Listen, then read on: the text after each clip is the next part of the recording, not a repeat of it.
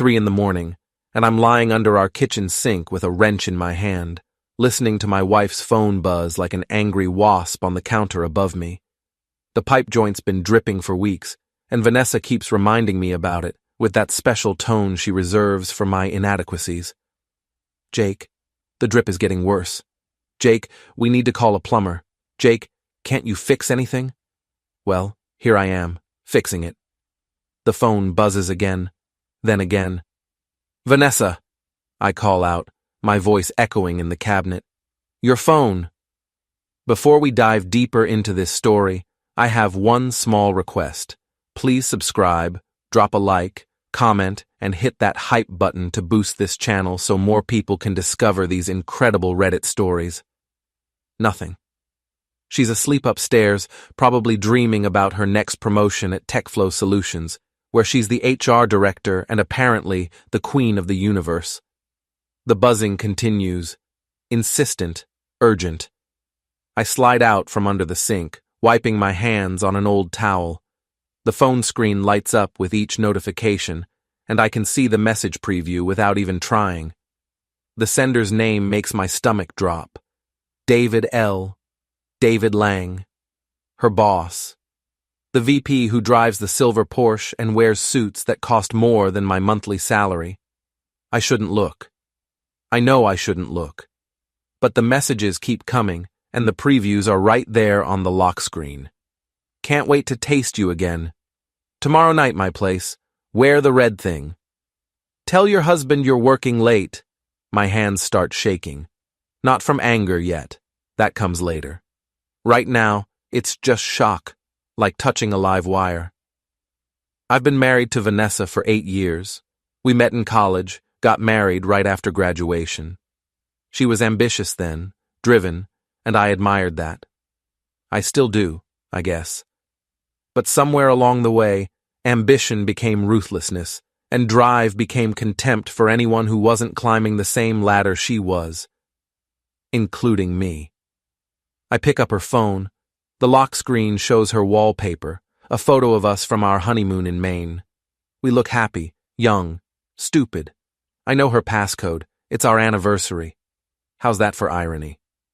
The messages open up like a wound, months of them, photos that make my face burn, plans for weekend getaways, David calling her my perfect little HR slut, and Vanessa responding with heart emojis and promises that would make a sailor blush. But it's not just David. There's a group chat with her friends Marcy and Alex, both of whom I've had dinner with, both of whom have sat at my table and eaten my food while knowing exactly what was happening behind my back. Marcy: how's the old ball and chain handling your late nights? Vanessa: Jake's clueless. He actually believes I'm working on quarterly reviews. Alex: David's loaded. When are you going to dump the dead weight? Vanessa: soon. David's talking about leaving his wife. We're going to need the divorce to be clean. Alex: document everything. Make Jake look unstable. Marcy: ooh, like domestic abuse? That's worth serious alimony. Vanessa: I'm already keeping a journal. Poor violent Jake and his drinking problem. I don't have a drinking problem. I have a beer after work sometimes, maybe 2 on weekends. But I can see how that could be twisted, especially by someone who knows exactly which buttons to push. I screenshot everything, every message, every photo, every casual discussion of how they're going to destroy my life. My phone's camera works overtime, capturing evidence of my wife's betrayal and my friend's complicity. When I'm done, I put her phone back exactly where it was and return to the sink. The pipe joint tightens with a satisfying click and the dripping stops. One problem solved. But I've got bigger problems now. I sit on the kitchen floor, back against the cabinet, and think. Vanessa's upstairs, probably having dreams about David's money and her freedom. David's at his mansion on Elm Street, the one with the circular driveway and the 3-car garage. Marcy's in her condo, and Alex is in her trendy downtown loft. They all think I'm nothing. A blue-collar guy who got lucky, married up, and now serves as dead weight while his wife reaches for the stars. They think I'm stupid, clueless, and harmless. They're about to learn how wrong they are. I'm Jake Morrison, 38 years old, civil engineer for the county. I design bridges and water systems and roads that last for decades. I solve problems that matter, problems that affect real people's lives. I'm not some corporate climber playing office politics, but that doesn't make me weak. It makes me methodical. I stand up, rinse my hands in the now silent sink, and head upstairs. Vanessa's sprawled across our bed, taking up more than her half, one arm flung over the pillow where I usually sleep. She looks peaceful, innocent even. I grab my pillow and a blanket and head back downstairs to the couch. I need to think, and I can't do that lying next to her, pretending everything's normal. Tomorrow, Vanessa will wake up and go to work, where she'll flirt with David and plan their next rendezvous. She'll text Marcy and Alex about her evening plans. She'll come home and kiss my cheek and ask about my day, all while plotting my destruction. But tomorrow is also when I start fighting back. I close my eyes, but sleep doesn't come. Instead, I plan. I think about David's weakness, about Vanessa's ambition, about Marcy and Alex's loyalty to whoever benefits them most. I think about leverage and timing and consequences. By morning, I have the skeleton of a plan. By next week, I'll have the whole thing mapped out. And by the end of the month, they'll all understand that Jake Morrison isn't dead weight. He's a goddamn engineer. The Riverside Fitness Center smells like sweat and ambition, which makes it perfect for what I need. It's also where Vanessa and her crew work out, which makes it even more perfect. I'm on day 3 of my new routine. Up at 5, gym by 6, showered, and at work by 8:30. Vanessa thinks it's a midlife crisis. Trying to recapture your youth? She asked this morning, not looking up from her phone. Probably texting David about their lunch plans. Just trying to stay healthy, I said, pouring coffee into my travel mug. You know, for the long haul. She actually laughed at that. The long haul. If only she knew. The gym is busier than I expected for 7 a.m., but I recognize the type. Professionals getting their workout in before the corporate grind begins. Lawyers, doctors, executives. The kind of people Vanessa desperately wants to be. I'm on the treadmill when I spot Tommy Reeves behind the front desk. We went to high school together, played football until he blew out his knee senior year. Now he works security at the country club nights and manages the gym during the day. Jake Morrison, he says when I walk over, grinning like we're still 17. Heard you joined up. About time you did something about that dad bod. Thanks for the encouragement, I say, but I'm smiling too. Tommy's one of those guys who never changed, never left town, never wanted to. He's happy with his life, which makes him dangerous to people like Vanessa who think happiness is something you achieve through status. You know, Tommy says, lowering his voice, your wife and her friends come in here regular, usually around noon. Yeah? Yeah, and they talk, a lot, about everything. He gives me a meaningful look. Walls have ears in a place like this, you know? I know exactly what he means. The gym is full of mirrors and open spaces. Conversations carry, especially when people think they're surrounded by friends. I might start doing lunch workouts, I say. Change up the routine. Good idea. Mix things up. Keep life interesting. That afternoon, I'm back at noon, timing my arrival just as Vanessa's BMW pulls into the parking lot. She's with Marcy, a blonde real estate agent who talks too much and thinks too little. They're laughing about something as they walk in, heads together like conspirators, which I suppose they are. I position myself at the free weights, close enough to hear but far enough away to seem uninvolved. They head straight for the elliptical machines, and within minutes, they're deep in conversation. So David's wife is getting suspicious, Vanessa says, adjusting her resistance. She asked him about the late nights. What did he tell her? Marcy asks. Same thing I tell Jake. Big project, lots of overtime. She bought it, but barely. Maybe you should cool it for a while. Are you kidding? Vanessa's voice drops, but not enough. David's about to get promoted to senior VP. That's a $300,000 salary plus bonuses. I'm not cooling anything. What about Jake? What about him? He fixes roads and comes home tired. He's not exactly competition for David Lang. They laugh, and I feel my jaw clench. I force myself to keep lifting, keep breathing, keep listening. Alex arrives 20 minutes later, fresh from her marketing job downtown. She's the worst of the three, sharp-tongued and cruel, the kind of woman who finds other people's pain entertaining. "Ladies," she says, claiming the elliptical next to them. "What's the gossip?" "Vanessa's worried about David's wife," Marcy says. "Please, that woman's been checked out of her marriage for years. She's too busy with her charity work to notice what her husband's doing." "It's not her I'm worried about," Vanessa says. "It's Emily." Emily, David's daughter.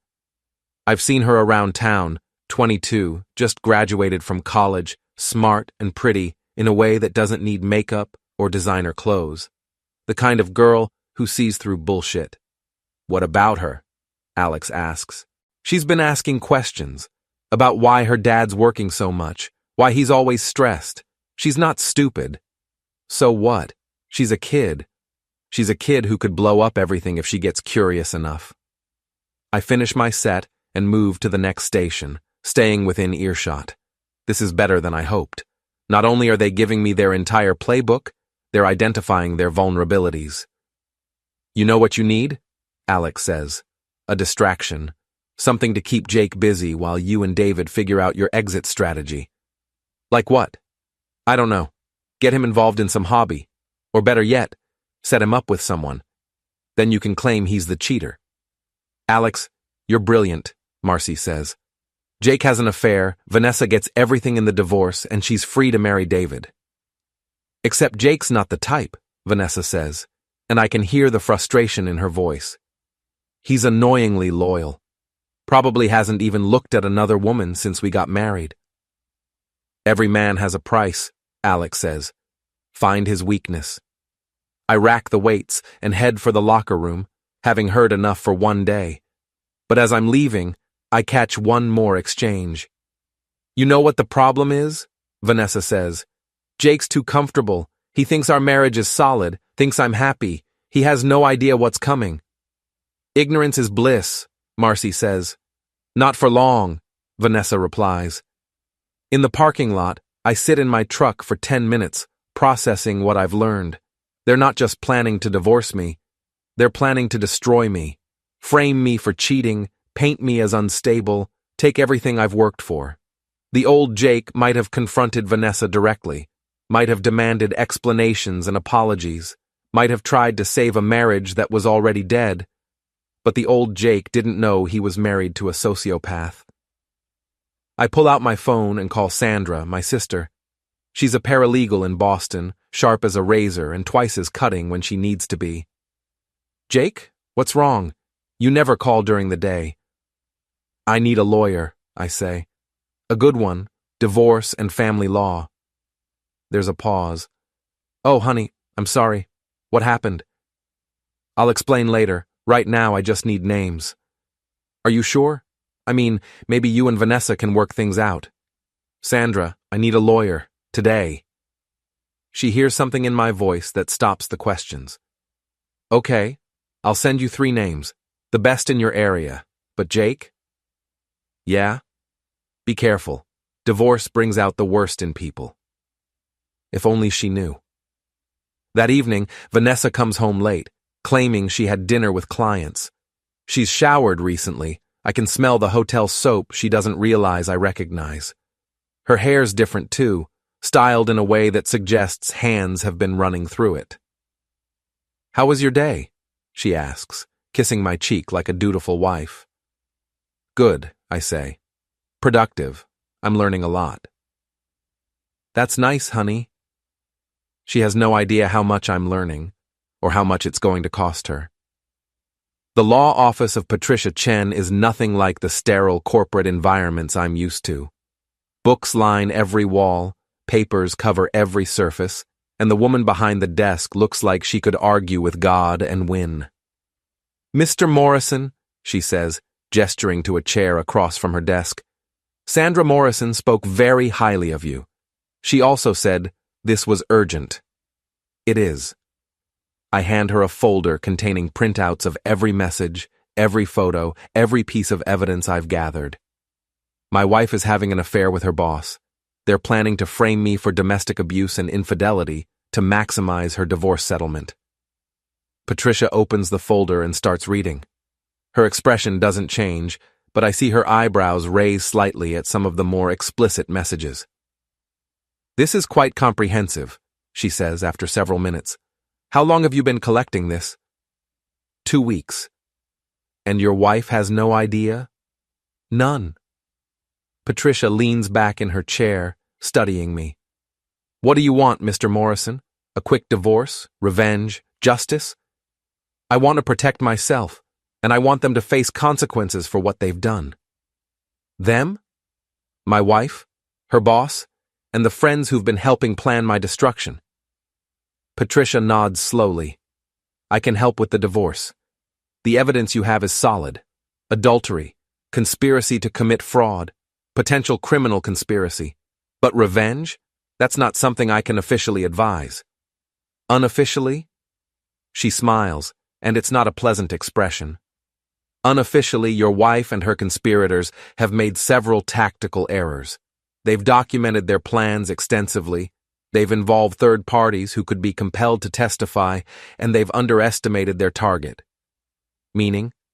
Meaning you have options, legal options, financial options, and social options. The question is how far you're willing to go.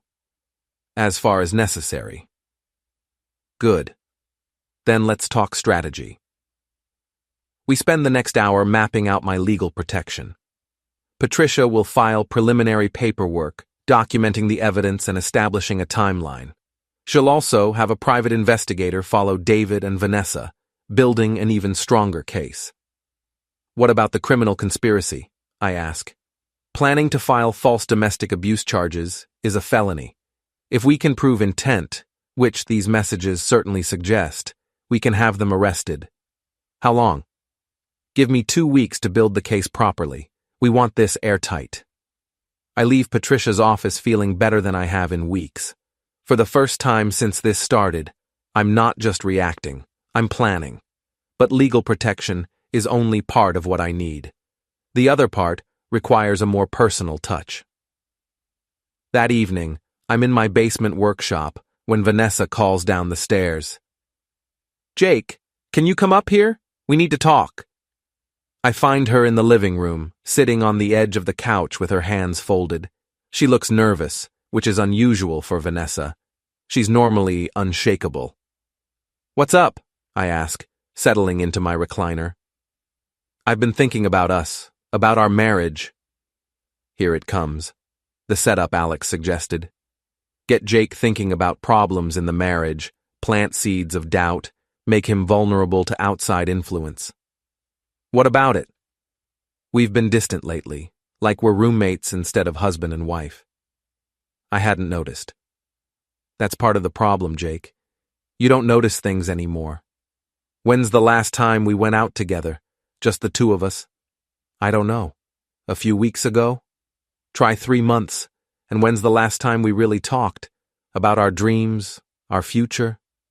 I study her face, looking for tells. The slight tightness around her eyes that means she's lying. The way she touches her wedding ring when she's nervous. The fake smile that doesn't reach her eyes. All there. You're right, I say. We should work on that. I'm glad you agree. I was thinking we could start with counseling. Marriage counseling. Another piece of the puzzle. Get Jake on record as having marital problems. Document his inability to communicate, his emotional distance, his failure as a husband. That's a good idea, I say. Do you have someone in mind? Actually, yes. Dr. Rebecca Walsh. She comes highly recommended. I'll bet she does. Probably recommended by David, who's done his research on divorce-friendly therapists. Sounds perfect. Vanessa brightens, probably surprised by how easy this was. Great. I'll call her tomorrow and set up an appointment. Looking forward to it. After she goes upstairs, I research Dr. Rebecca Walsh. Sure enough, she's got a reputation for helping women in difficult marriages. Her client testimonials are full of phrases like, "found my strength," and "realized I deserved better." I call Patricia Chen. "They're moving faster than we thought," I tell her. "Marriage counseling with a therapist who specializes in helping women leave their husbands." "Expected," Patricia says. "They're building a narrative. Unhappy wife, distant husband, marriage that can't be saved." How do I handle the sessions? Carefully. Don't give them anything they can use. Be cooperative but not overly eager. Express concern about the marriage but don't admit to specific failings. What about recording? Illinois is a two-party consent state. You can't record without her permission. But I can take notes. Absolutely. Document everything. The first counseling session is scheduled for the following Tuesday. That gives me 4 days to prepare, 4 days to get ready for the performance of my life. Because that's what this is, a performance. Vanessa's playing the concerned wife, David's playing the supportive boss, and Marcy and Alex are playing the loyal friends. But I'm not playing anything. I'm the director of this whole production, and they don't even know it. Tuesday comes faster than I expect. Dr. Walsh's office is in a converted Victorian house downtown, all warm colors and soft lighting designed to make people feel safe enough to share their secrets. Dr. Walsh herself is exactly what I expected.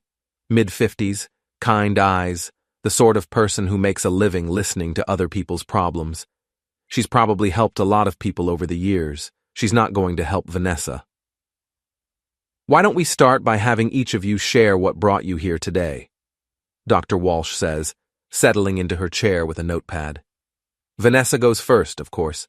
She talks about feeling disconnected, about how our conversations have become superficial, about how she feels like we're drifting apart. All true, actually. We have been drifting apart, mostly because she's been swimming toward someone else. "Jake?" Dr. Walsh prompts. "What's your perspective?" "I think Vanessa's right," I say.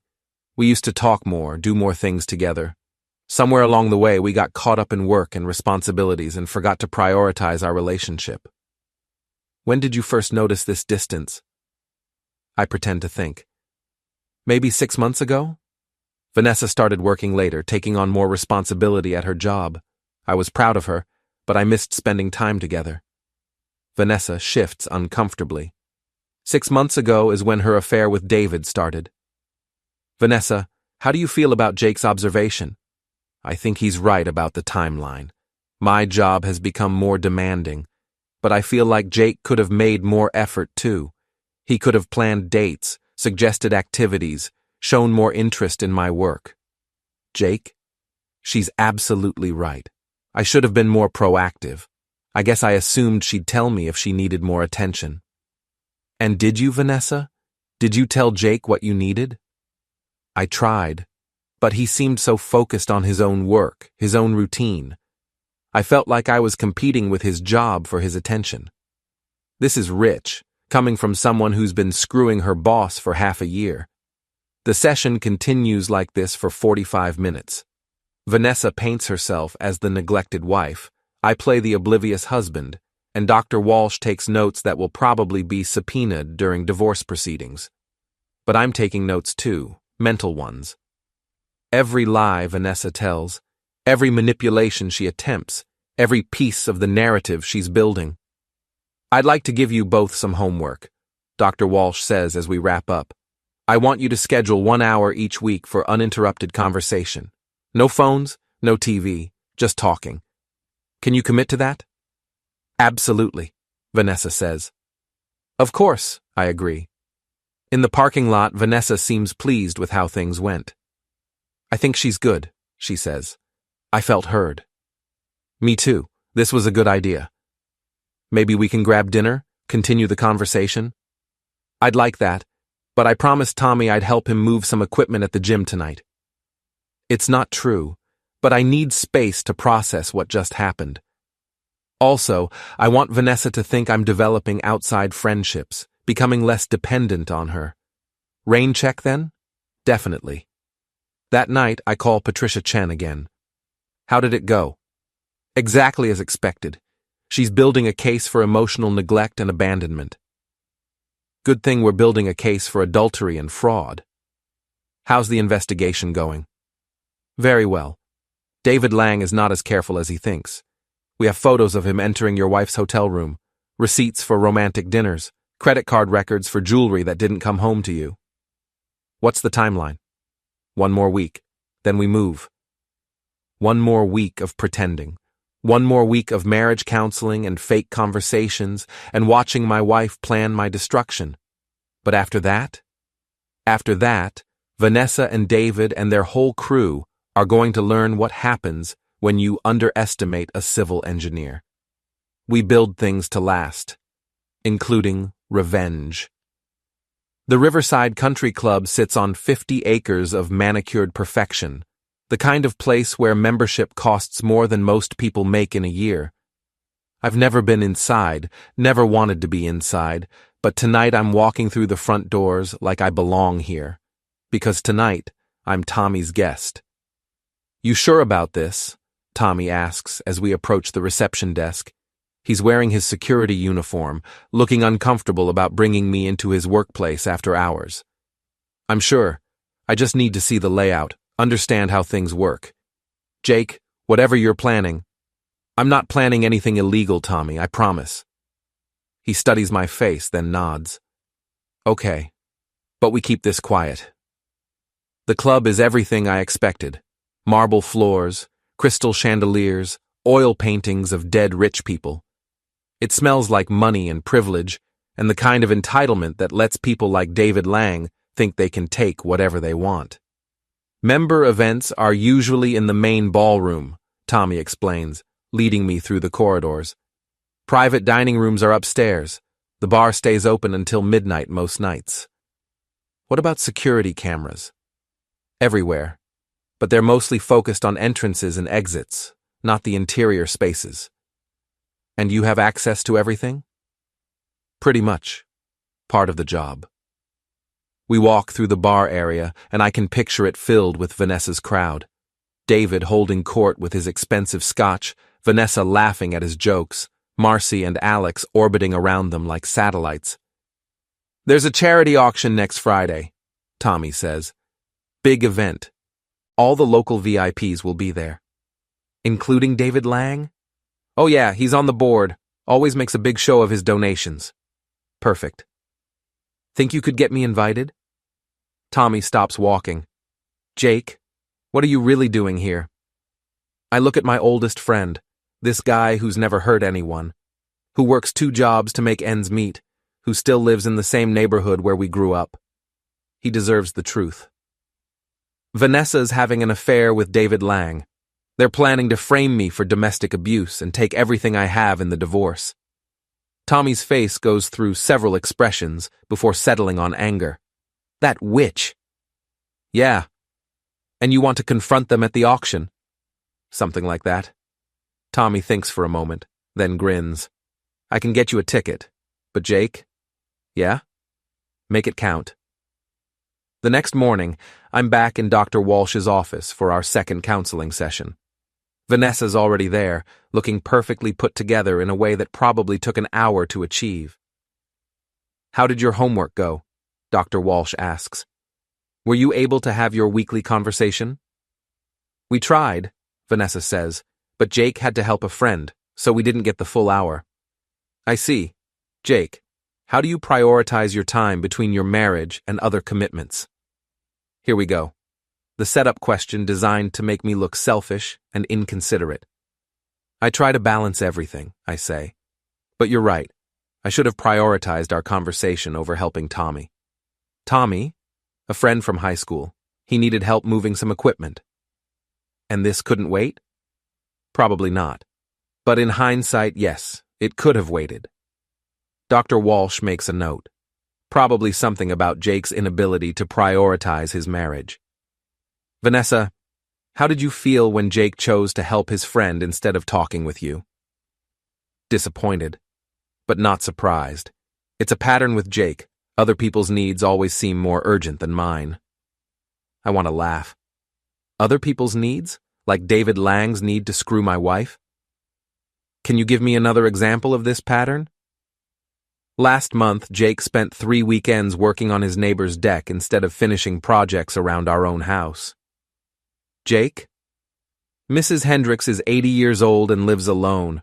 Her deck was rotting and she couldn't afford to hire someone. I thought it was the right thing to do. But your own house projects went unfinished? Some of them, yes. More notes. Jake helps everyone except his wife. Jake neglects his own home. Jake has misplaced priorities. The session continues in this vein for another 30 minutes. Every question is designed to highlight my failings as a husband. Every answer gets twisted into evidence of our incompatibility. But I play along, because I need Vanessa to feel confident. I need her to believe her plan is working. I'd like to try a different exercise next week, Dr. Walsh says as we wrap up. I want each of you to write a letter to the other expressing your feelings about the marriage. Don't share them beforehand. We'll read them together during our session. That sounds helpful, Vanessa says. I think so too, I agree. In the parking lot, Vanessa seems energized. I feel like we're making progress, she says. Me too. Dr. Walsh really knows how to get to the heart of things. Maybe we could try that dinner again tonight? I'd love to, but I'm having drinks with some guys from work. Team building thing. Another lie, but I can see it working. Jake's pulling away, choosing other people over his wife, proving that he's not invested in saving the marriage. Of course, Vanessa says, but I can hear the satisfaction in her voice. Maybe this weekend? Definitely. That evening, I'm actually at Murphy's Tavern, a blue-collar bar where nobody wears suits and the beer comes in bottles, not glasses. I'm not meeting coworkers. I'm meeting with Patricia Chen, who looks hilariously out of place in her designer suit. Interesting choice of venue, she says, sliding into the booth across from me. Less chance of running into Vanessa's crowd. Smart. How are the counseling sessions going? Exactly as expected. I'm being painted as a neglectful husband who prioritizes everyone except his wife. Good. Let her build that narrative. When we present evidence of her affair, the contrast will be devastating. What's the status of the investigation? Patricia opens her briefcase and pulls out a folder. David Lang is remarkably predictable. Same hotel every Tuesday and Thursday, same room, same time. Your wife arrives 30 minutes after he does, leaves an hour before him. She shows me photos that make my stomach turn. David entering the Riverside Inn, Vanessa following. Both of them leaving at different times, looking satisfied. There's more, Patricia continues. David's been using company funds to pay for these hotels. That's embezzlement. His wife could take him for everything in their divorce. His wife knows? Not yet, but she will. What about the letter-writing exercise? Perfect opportunity. Write something heartfelt but not desperate. Express your commitment to the marriage but acknowledge the problems. Make yourself look like the reasonable one. And Vanessa? We'll probably write something that documents all your alleged failings. We'll use it as evidence of her mindset leading up to the divorce filing. I finish my beer and look around the bar. Working people having a drink after a long day, talking about real problems, living honest lives. None of them are plotting to destroy their spouses or steal from their companies or manipulate therapists. Patricia, when this is over, how bad is it going to get for them? Bad. Vanessa will face charges for conspiracy to commit fraud. David will face embezzlement charges and a ruinous divorce. Their careers will be over, their reputations destroyed. Good. You sure about this, Jake? Once we pull the trigger, there's no going back. I think about Vanessa's fake smile, about David's smug confidence, about Marcy and Alex planning my destruction like it's a game. I'm sure. Then we move Friday night, at the charity auction. Why then? Patricia smiles, and it's not a pleasant expression. Because that's when they'll have the most to lose. Friday comes fast. I spend the morning writing my letter to Vanessa, crafting something that sounds sincere but not pathetic. I acknowledge our problems, express my love for her, and commit to working harder on our marriage. It's all true, actually. Or it would have been, if she hadn't been screwing her boss and plotting my destruction. That afternoon, I get a text from Tommy. "You're all set for tonight. Table 12. Try not to burn the place down." At 6 p.m., I put on my best suit, the one I wore to my wedding, and drive to the country club. The parking lot is full of luxury cars, BMWs, Mercedes, Porsches. My truck looks like a rust bucket by comparison, which is exactly the image I want to project. Inside, the auction is already underway. The ballroom is packed with the local elite, all dressed to impress, all competing to see who can spend the most money on charity. I spot David immediately. He's at a table near the front, wearing a tuxedo that probably costs more than my mortgage payment.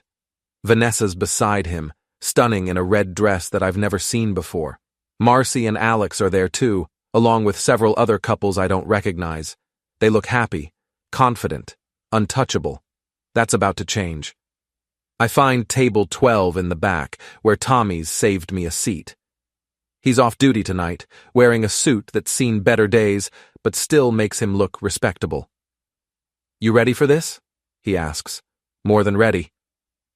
The auction continues for another hour. Art, jewelry, vacation packages, all selling for ridiculous amounts to people who have more money than sense. David bids on several items, winning a golf weekend in Scotland for $15,000.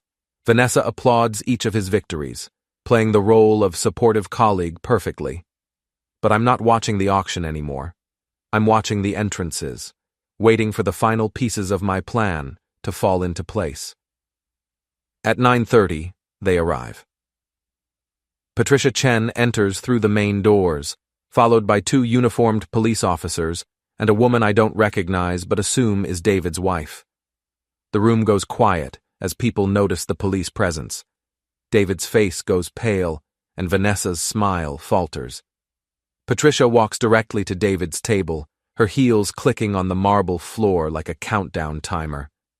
"David Lang," she says, her voice carrying across the silent room.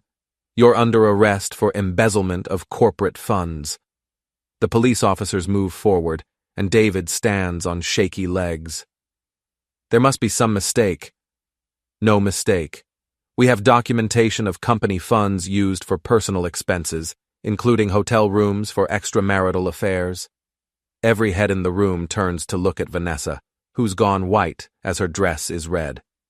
"Vanessa Morrison," Patricia continues, "you're also under arrest for conspiracy to commit fraud and filing false police reports." "I haven't filed any reports," Vanessa protests.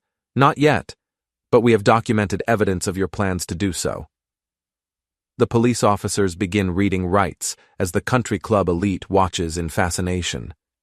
This is better entertainment than any charity auction. David's wife approaches their table, her face a mask of controlled fury.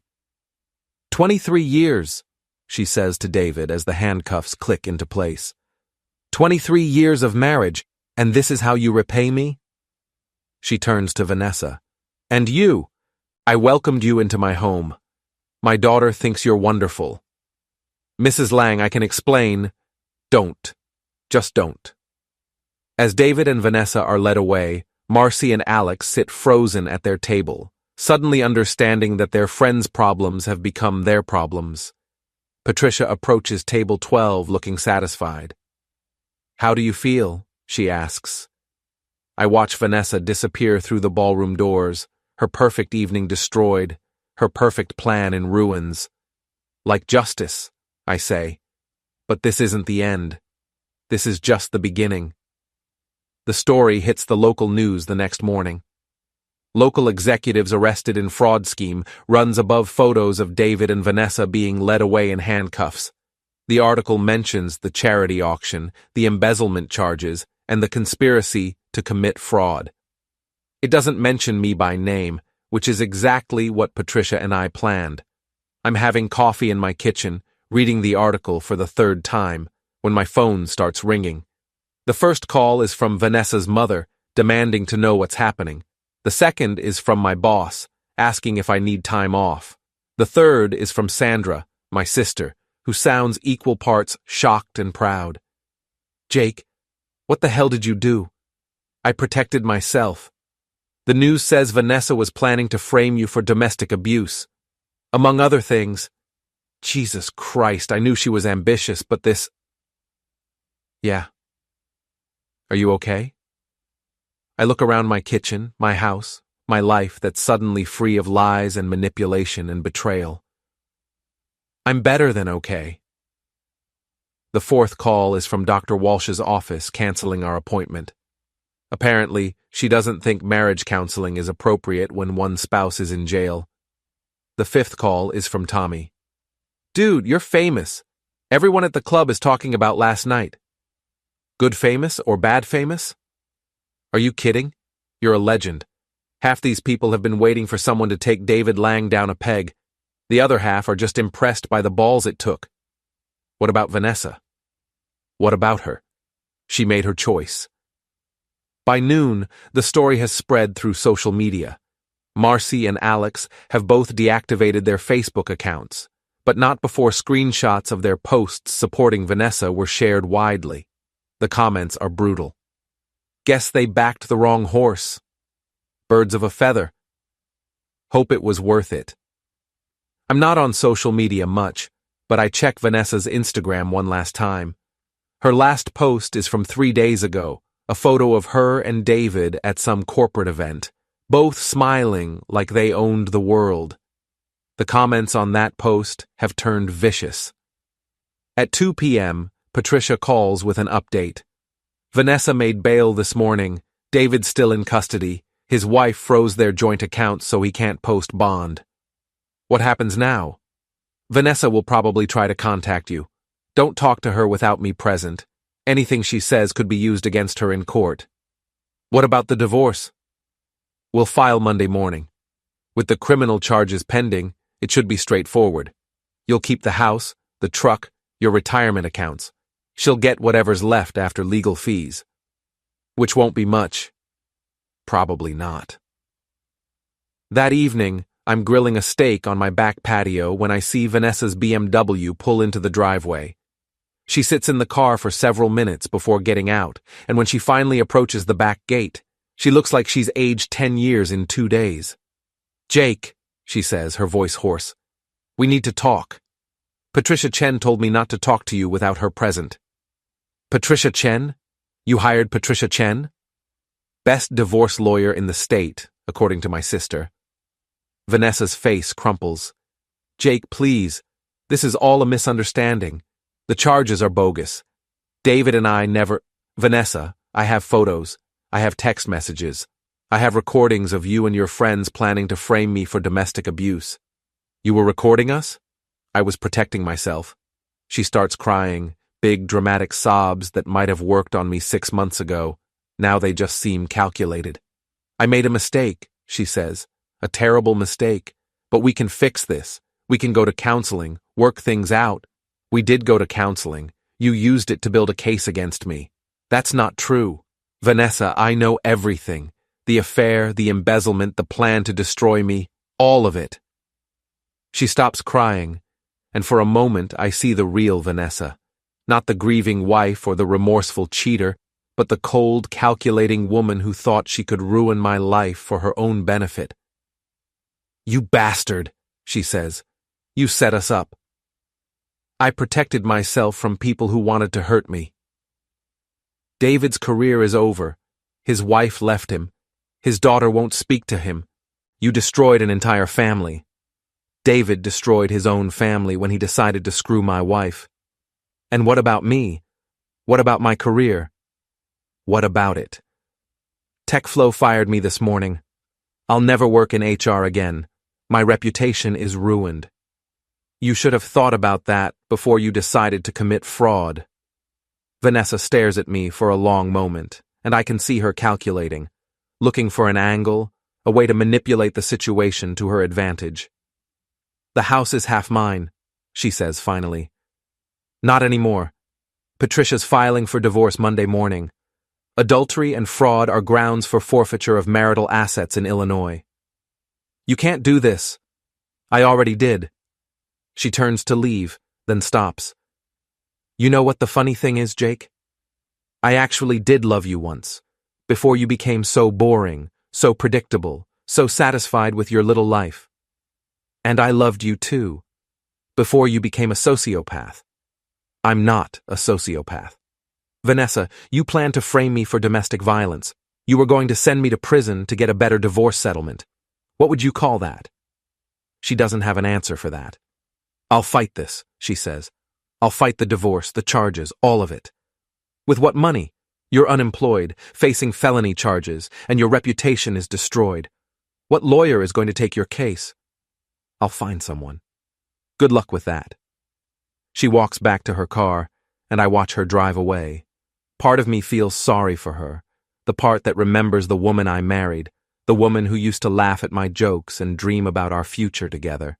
But that woman died somewhere along the way, replaced by someone who saw me as an obstacle to be removed, rather than a husband to be cherished. The next morning, I'm reading the Sunday paper when Tommy calls. You see the news? What news? David Lang tried to kill himself last night. Overdose of sleeping pills. He's in the ICU at Riverside General. I set down my coffee cup. Is he going to make it? They think so, but Jake, his daughter, found him. Emily, she's the one who called the ambulance. Emily, the smart, kind girl who didn't deserve any of this. How is she? How do you think? Her father's a cheater, an embezzler, and now a suicide attempt. Her mother's filing for divorce, her family's broke, and she's got reporters calling her for comments. I think about Emily, 22 years old and watching her world collapse, because her father couldn't keep his pants zipped and her mother's husband wouldn't let himself be destroyed quietly. Tommy, do you have Emily's number? Why? Because she shouldn't have to go through this alone. Jake, you sure that's a good idea? I mean, she's David's daughter. She's also an innocent victim in all this. Tommy gives me the number, and I call before I can talk myself out of it. Hello? Emily's voice is small, exhausted. Emily, this is Jake Morrison. I don't know if you remember me. I remember you. You're Vanessa's husband.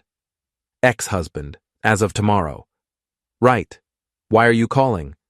Because I heard about your father, and I wanted to see if you needed anything. There's a long pause. You want to help me? After what my father did to you?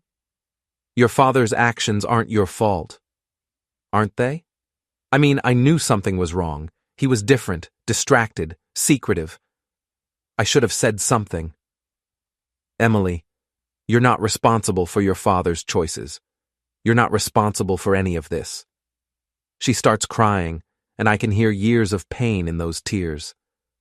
I don't know what to do, she says. Mom won't talk to me because I remind her of Dad. Dad's in the hospital, and I don't even know if I want him to wake up. And everyone at school knows about the scandal. Where are you now? At the hospital. I've been here all night. Have you eaten? I'm not hungry. Emily, you need to eat. You need to take care of yourself. Why do you care? Because you're a good person who got caught up in other people's bad choices. Another pause. Would you come to the hospital? I know it's weird, asking you of all people, but I don't have anyone else. I'll be right there. Riverside General's ICU is a place of beeping machines and hushed conversations, and the kind of fluorescent lighting that makes everyone look sick.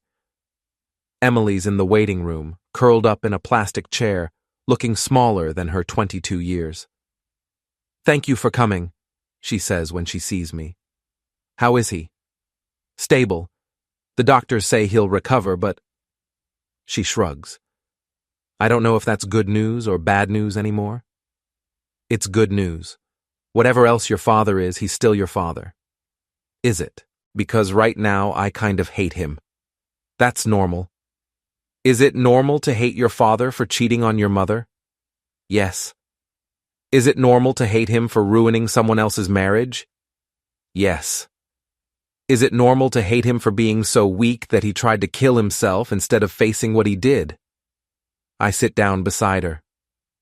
Emily, your father made terrible choices, but he's also sick right now, and scared, and probably ashamed of what he's done. Hate him if you need to, but don't let that hate consume you. How can you be so calm about this? He destroyed your marriage. My marriage was already destroyed. Your father and Vanessa just made it obvious. Do you hate them? I think about that question. Do I hate Vanessa for her betrayal? Do I hate David for his arrogance? Do I hate Marcy and Alex for their complicity? No, I say finally. I don't hate them. I just wanted them to face consequences for their actions. And now they have. Yes. Emily looks toward the ICU doors. What happens now? I mean, after all this? You rebuild. You figure out who you are separate from your parents' mistakes. You move forward. Is that what you're doing? That's what I'm trying to do. We sit in comfortable silence for a while, watching nurses and doctors move through the corridors, dealing with other people's crises. Jake, Emily says finally, I'm sorry. For what my father did, for what Vanessa did, for all of it. You don't need to apologize for other people's actions. Still, I'm sorry. I know you are. Will you stay? Just until the doctors give us an update? Of course. David Lang survives his suicide attempt, but his life as he knew it is over. He pleads guilty to embezzlement charges and receives 2 years in prison. His wife divorces him and takes half of what's left after legal fees and restitution. His daughter visits him once in prison, then cuts off all contact. Vanessa pleads guilty to conspiracy charges and receives 18 months probation and 500 hours of community service. She moves back in with her mother and takes a job at a call center, making $12 an hour. Marcy and Alex face no criminal charges, but their social circle collapses. Marcy's real estate business suffers as word spreads about her involvement in the scheme. Alex gets fired from her marketing job after her boss sees the social media coverage. As for me, I keep my job, my house, my truck, and my dignity. The divorce is finalized in 3 months, and I walk away with everything I brought into the marriage plus half of what we built together. But more importantly, I walk away with the knowledge that I'm stronger than I thought, smarter than they assumed, and capable of protecting myself when the people closest to me decide I'm expendable. 6 months later, I'm having dinner with Emily at a quiet restaurant downtown. She's back in school, finishing her master's degree in social work. She wants to help people who've been betrayed by the systems meant to protect them. How's your father? I ask, though I'm not sure I want to know. Getting out next month. He's been writing me letters, asking for forgiveness. Are you going to forgive him? Maybe, someday, but I'm not ready yet. That's okay. Forgiveness has to happen on your timeline, not his. What about you? Have you forgiven Vanessa? I think about my ex-wife, working at her call center job, living with her mother, facing the consequences of her choices every day. I don't know if forgiveness is the right word, I say, but I'm not angry anymore. What changed? I realized that carrying anger was just giving her more power over my life. She'd already taken enough. Emily nods. I think I understand. Besides, the best revenge isn't anger, it's living well. And are you? Living well? I look around the restaurant, at the other couples having dinner, at the normal people living normal lives without drama or betrayal or schemes. Yeah, I say. I think I am. 2 years later, I run into Vanessa at the grocery store. She's thinner than I remember, wearing clothes that have seen better days, pushing a cart full of generic brands and discount items. Jake, she says, and I can hear the nervousness in her voice. Vanessa, you look good. Thanks, you too. It's a lie, but a kind one. I heard you're seeing someone, she says. I am. Her name's Sarah. She's a teacher. That's nice. I'm happy for you. Another lie, but I appreciate the effort. How are you doing? I ask. Better. I'm back in school getting certified as a paralegal. It's not HR, but it's honest work. That's good. We stand there awkwardly for a moment, two people who used to share a life, now strangers making small talk in the cereal aisle. Jake, she says finally, I know this doesn't matter now, but I'm sorry. For all of it. I know you are. Do you think you'll ever be able to forgive me? I look at this woman who was my wife for 8 years, who planned my destruction, who cost me so much pain and sleepless nights and faith in other people. I already have, I say, and I realize it's true. Vanessa starts crying right there in the grocery store, and I hand her a tissue from my pocket. Thank you, she whispers. You're welcome. I hope she makes you happy. Sarah. She does. Good. You deserve to be happy. I watch her walk away, pushing her cart toward the checkout, and I feel something I haven't felt in years when I think about Vanessa Morrison. Peace. That evening, I tell Sarah about the encounter over dinner.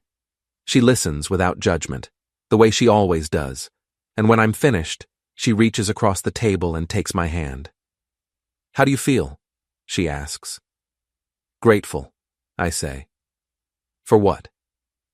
For everything. For surviving the worst thing that ever happened to me. For learning that I'm stronger than I thought. For finding you. And for getting justice.